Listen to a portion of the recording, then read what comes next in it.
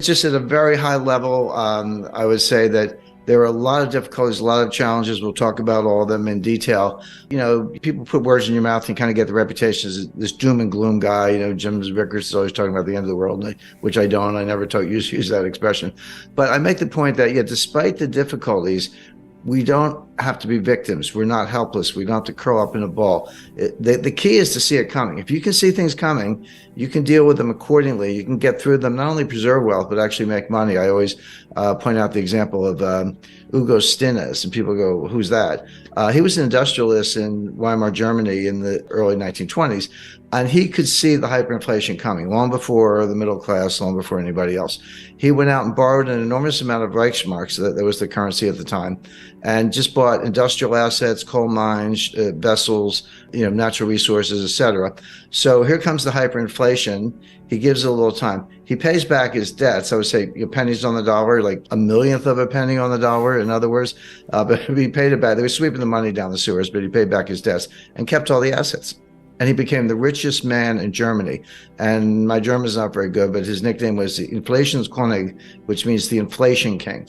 So there are other stories like it, Joseph Kennedy in the 1929 crash. But here's a guy who lived through the greatest hyperinflation of any modern industrial economy and ended up as the richest man in Germany because he saw it coming and made the right move. So again, we're not helpless. We can do things about it. But the key to empowerment, as I say, is to see it coming. That's where the analysis comes in. And you're like, gee, Jim, are you smarter than everybody else? Of course not. There are a lot of big brains around, but people have flawed models. There's a lot of behavioral psychology behind it, the confirmation bias or believing the future will resemble the past, which it usually does not. And so if you're going to stick to those models, you're going to get really bad results. It's hard to think of an institution that has a worse forecasting record than the Federal Reserve, the U.S. Federal Reserve, with the possible exception of the IMF. They're both pretty bad.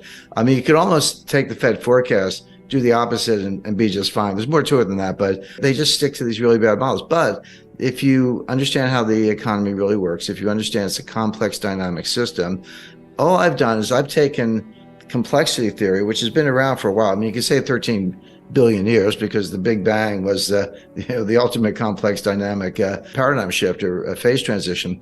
But the science of complexity, understood in mathematical terms, really dates to the early 60s. But it's been used very successfully in physics. It has a lot of applications.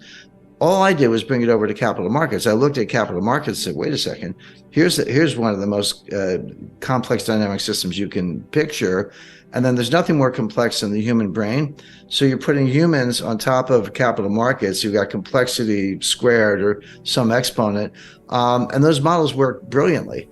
But try getting anyone to understand it or do that work is difficult. But again, the point is, if you have the right models, and I would include behavioral psychology, a good dose of history, complexity theory, and a few other branches of applied mathematics, you can get very good results. But if you stick to, the Phillips curve and non-accelerating inflation, unemployment rate, and a lot of other nonsense the Fed uses, you're gonna get it wrong. Does the future resemble the past? With some probability, some degree of distribution of probability. Not always. I mean, and maybe less frequently now than ever. And they also assume that prices move continuously. Prices go up and down, of course, but markets don't move continuously. Or if they do, it's when you don't care. When you do care, they just gap. They gap down or they gap up. You miss it, you blink, and it's at a completely different level. It's been repriced. Now, you can still get in and out, but you've either made a lot of money or lost a lot of money, in the blink of an eye. So when you take those characteristics, and this is how I started deconstructing it, if you will, and said, well, look, markets are not efficient. That's nonsense. They don't move continuously and slowly. They gap up and they gap down. And if you're not ready for that, you've missed the boat. Nothing's risk-free. So why don't we start there? When I started identifying those factors that, in my view, were incorrectly applied, and you say, well, what looks like that? Well, the answer is a complex dynamic system. A system that produces hurricanes and tornadoes and lightning bolts and power outages and earthquakes and tsunamis. Those are all examples of the results of complex dynamic systems. An earthquake doesn't sneak up on you. It just it just, the ground falls out from under you instantly. And that's what happens in markets. So then I said, well, maybe that's a better model. Of course, it is. Things evolve all the time. Another tool, intellectual tool, applied mathematical tool, uses Bayes' theorem without getting too much in the weeds. And I learned Bayes' theorem at the CIA because I always say, if you have all the facts, a smart high school kid can solve the problem. The intelligence agencies and others, and people in capital markets, have to solve problems when you don't have all the facts. But you have no choice. In national security or defense, it's literally life or death. On Wall Street, it could be your fortune or your client's fortune. So you don't have the luxury of just throwing up your hands and say, well, I'm going to wait till I get more facts. That's what Janet Yellen did, but that doesn't work in the real world. She's kind of detached from that. So how do you solve problems when you don't have all the facts you need to really solve the problem, and you know it, but you have to deal with it anyway because it's coming at you? Well, Bayes' theorem says assign an initial probability, a priori assumption. Just not make it up, but do the best you can, recognizing that you're going to fall short, that you've got missing pieces in the puzzle, if you want to put it that way.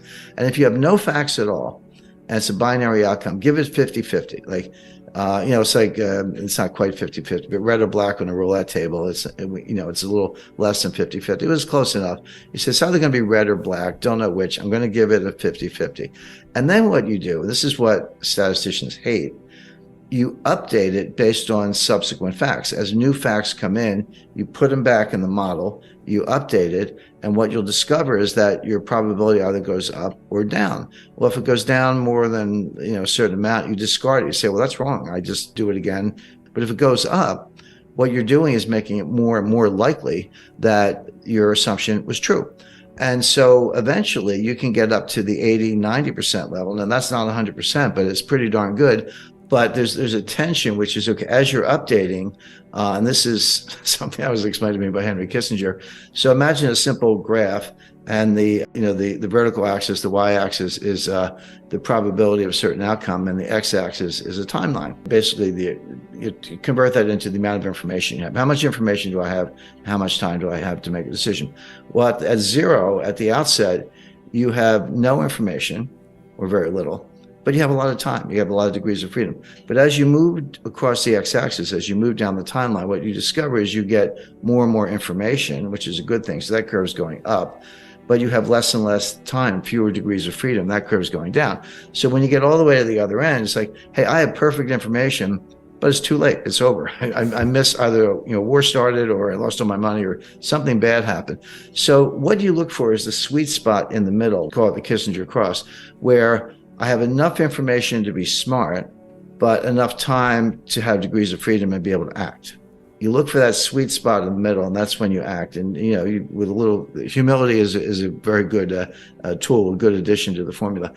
So as I say, in the CIA, you never have enough information. You're always trying to get more, but you have to do the best you can, and kind of make assumptions and make forecasts, because you don't have the luxury of sitting back. You can't wait for 10 9/11 events so you can have a good statistical base. You got one, and you want to prevent the next one.